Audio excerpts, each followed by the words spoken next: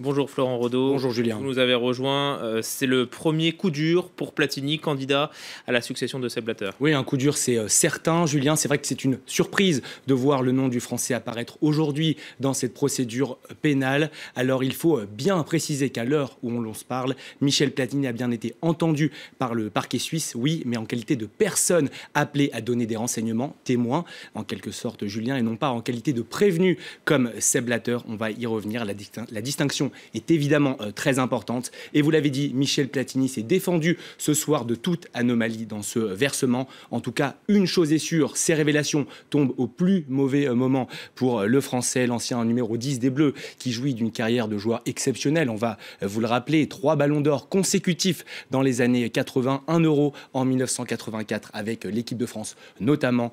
Il y a évidemment sa carrière avec la Juventus de Turin qui a évidemment été exceptionnelle également. En dehors des terrains, il possède une très bonne image, celle du porte-drapeau en quelque sorte d'un sport propre qui appartient aux sportifs. Sa carrière politique dans le sport est aussi remarquable.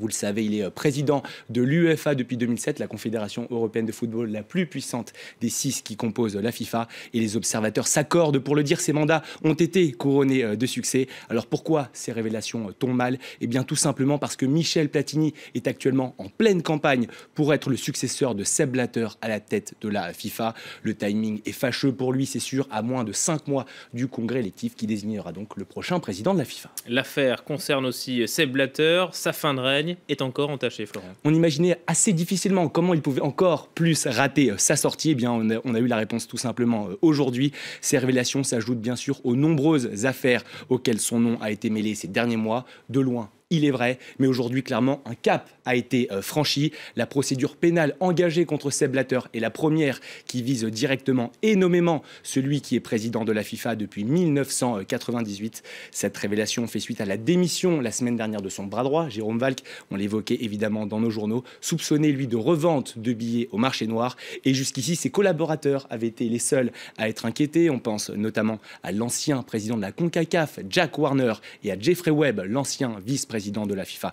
Tous les deux inquiétés au mois de mai lors des premières révélations. La justice suisse met donc désormais son nez dans les affaires de Sepp Blatter. Son bureau au siège de la FIFA a été perquisitionné et des données ont été saisies. On l'a entendu dans le sujet d'Arnaud Comte. L'enquête suit son cours, mais difficile bien évidemment de savoir ce qu'il en ressortira. Mais Sepp Blatter, c'est sûr, est dans l'œil du cyclone plus que jamais. Merci Florent Rodeau.